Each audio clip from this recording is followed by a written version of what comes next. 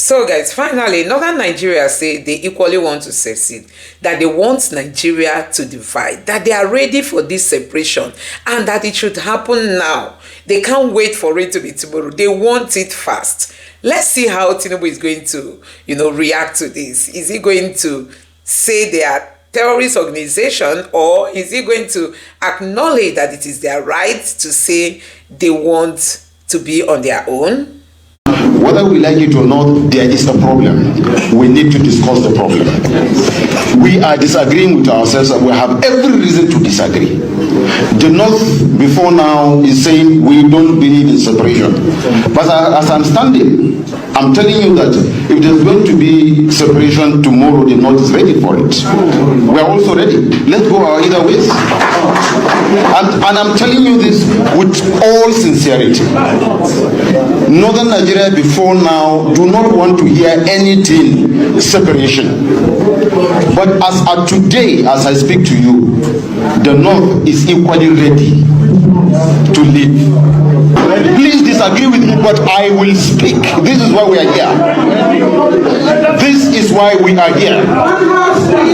Good. Let us discuss the controversy and let us find a solution.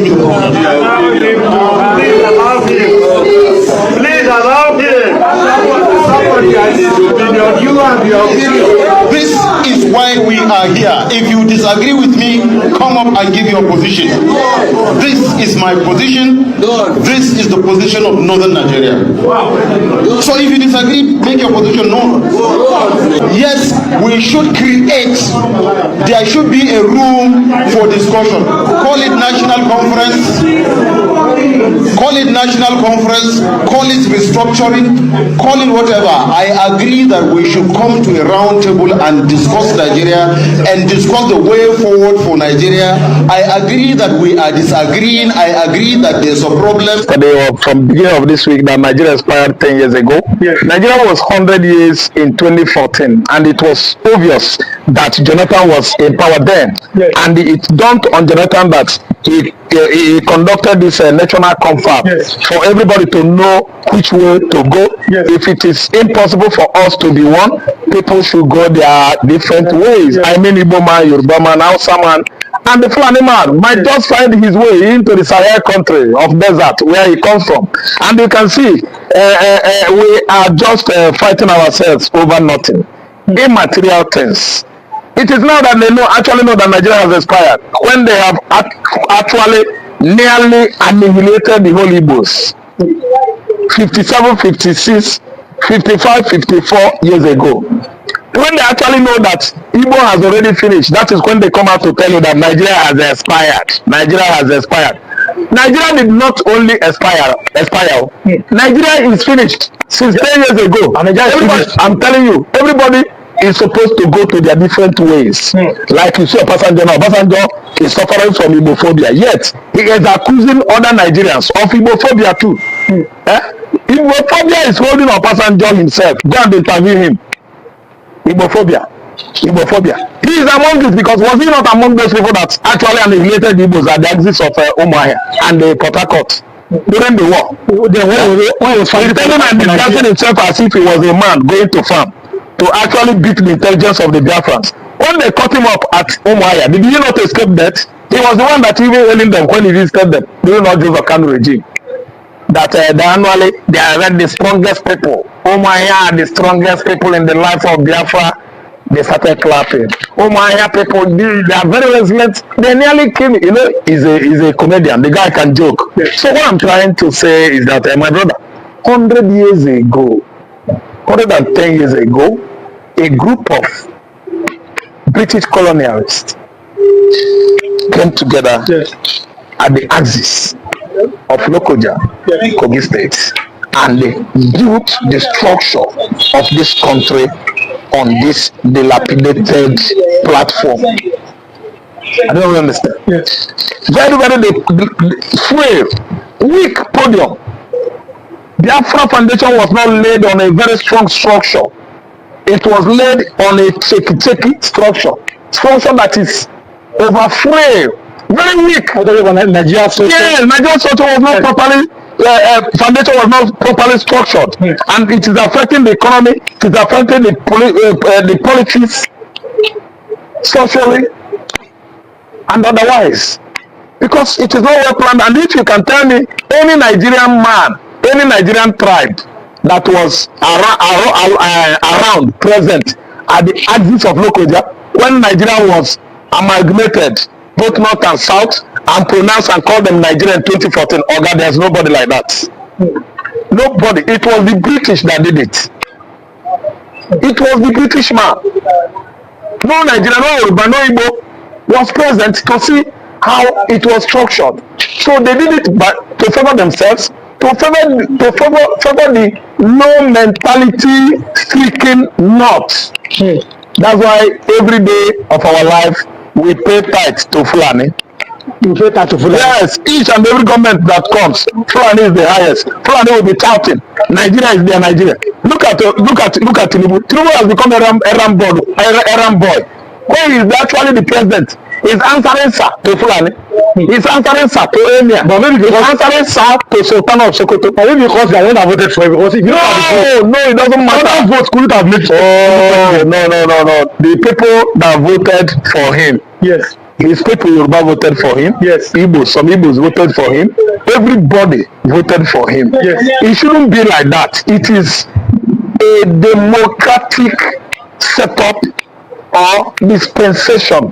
You have people that will back you. You have people that will not back you. Yes. I don't understand. Yes. The outside, the Fulani, where they are going now is, they said, he appointed Yoruba. Then people begin to ask themselves, when Buhari was Nigerian president, how many Igbos did he appoint? How many Yoruba did he appoint? Was he not Fulani? Did anybody talk? We were just gazing at ourselves. We are just glancing on the front page of newspaper every day that Buhari had actually come out with over 96 appointments for the north. They are largely Fulanis, people from Fulani extraction. That's why sometimes ago DJ raised the alarm that Buhari has succeeded on what? Fulanizing Nigeria. What are we saying? Everybody there. Okay, now how many Yoruba was given the appointment that made the houses bending their neck, talking and shouting nonsense? See, it is the Britain that structured Nigeria that way to favor north. You agree with Bonabo that Nigeria is like a British company? Yeah. Bonabo said it. That's 100% correct, because Mama Achale, when Mama Achale was alive, Mama Achale manages here. Nothing concerned Philip, her husband, though. It was Mama Achale that was managing here. Was the queen? The queen, yes, Mama Charles. That's Queen Elizabeth. Yes. Then the Prime Minister of England is the what? Production manager. CEO is British, totally. Then the Prime Minister of Britain is the production manager. Because if anything want to go well, they must make sure that they ask Mama Achale to go and see. If anything want to go well, British is the one that has been disorganizing this country right from onset, and they are the one that laid that dilapidated foundation under this kind of podium or platform that is not strong, politically and otherwise. I don't know if you understand. Yes. So, lastly, I'm letting you go. We're looking at the fact that that constitution seems to be the problem of Nigeria. But then, what do you think? Should we go to restructuring through federalism? Or what the man is saying that it's time to renegotiate? What do you want to see at the negotiation table? Renegotiation meaning editing Nigerian constitution. Renegotiation meaning sit down and reduce, yes, and rewrite the constitution to favor everybody. Then renegotiation meaning editing that constitution in such a way that it will favor every Nigeria. Yes. Reducing the costs of governance in Nigeria. Yes. And clipping the wing of the executive, which has, made it look like God over us. Yes. A Nigerian president is the most powerful president in the world. That is monkey idea. Yes. Because it is not so on the theory of presidential system of government. It's a theory. If you know we are under federal structure, why are we behaving as if we are under monarchy? Because the only person I know that have rights over death and life is a king, a monarch. Yes. Because they said the king has what? Divine rights, divine from God. Oh, yes. And Bible says, never you live in a haste the presence of the king, for he has rights of life and death over you. It is playing out in Nigeria. What we are seeing from Nigerian president is worse than a king. They can do anything. They are above the law. They can kill, they can maim, they can snatch your wife. No law. They don't contravene law. They are above the law. To cap it all, Nigerian president. So guys, finally everybody is asking for separation. Nobody wants to belong to Nigeria anymore. Hey, it was just the southeast, it was just the southeast. But now the Yoruba nation is also saying they want to be on their own. And finally, the Northerners are saying they want that division to be now, that they can't wait for it to happen. So guys, what does that tell you? That shows we are sliding as a country. People are not feeling safer belonging to this country called Nigeria. People are not having that prestige to be called Nigerians, and that is why they are saying they want to secede. So guys, a whole lot is happening. We know that this was actually why Nnamdi Kanu is being held in detention for saying he wants Biafra to go, and he was called, and him and his group were called terrorists and all kinds of things. But today he's no longer the only person asking for secession. You have the Yoruba nation asking for secession. We know that even one of their leaders is a professor, and he's boldly challenging the status quo, saying it is better we go on our own. And you can see that finally the North has added its voice to this call. They want to go, they want to be on their own, they want to have their own country. So guys, who do you think is going to be the loser in this tournament? Who is going to be the loser? Considering that the North has the highest out of school children, more of the poverty in Nigeria is directed to the North, and a whole lot of lapses because their youths are not trained.